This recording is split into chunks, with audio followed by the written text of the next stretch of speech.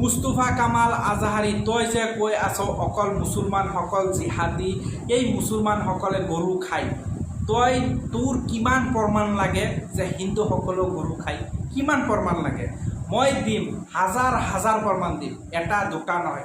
এই ভাৰতবৰ্ষখনত বহুত গলিয়ে গলিয়ে চুকে কোণে বিভিন্ন ৰাজ্যত হিন্দু মানুহ আছে, কিন্তু সকলো নাখাব পাৰে, কিন্তু প্ৰায় মানুহ আছে যে গৰু মাংস ভক্ষণ কৰে। যোনটো প্ৰমাণ লাগে মোৰ পৰা লওক, কিমান প্ৰমাণ লাগে? এটা দুটা নহয়, এটা দুটা নহয়।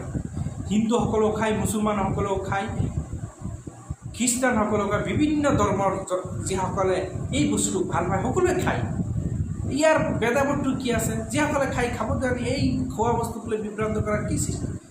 কি এই মুস্তফা কামাল আজাহাৰী এটা ভণ্ড হয়, এইটো আজাহাৰী বুলি কোৱাটো